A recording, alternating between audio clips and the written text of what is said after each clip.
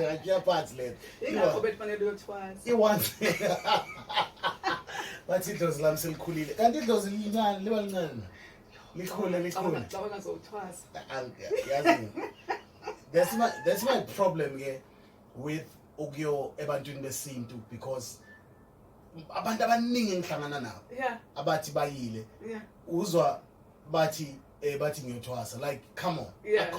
According to my belief. Yeah. There's nothing wrong with thwasa. Yeah. But I think into ekumele ngiyizwe mina. We understand. Yes. Angicabanga ukuthi into ekumele ngitshele umuntu. What if in denial? No.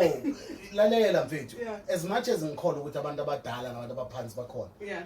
Ngicabanga ukuthi abantu abadala mabefuna ngithwase bezoyenza sure. Because I've seen these things ekukhuleni kwami ukuthi hayi unedlozi lomuntu nani.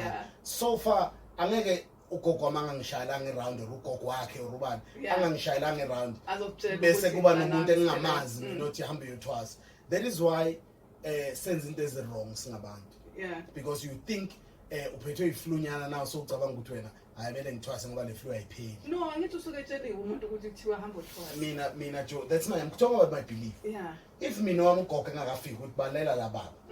Ukuthwasa ngibona ukuthi ngizoba ne-problem na. Ra ngengitshela omunye umuntu Joe. Mina phela mchunu mina. Yeah. If abakantshingila kabo mama mora abakamchunu kabo baba bakaveli. Lalela mina ngiyeke mfethu. Ngeke. So uthi mina mangathwasa kuba njani? Yo.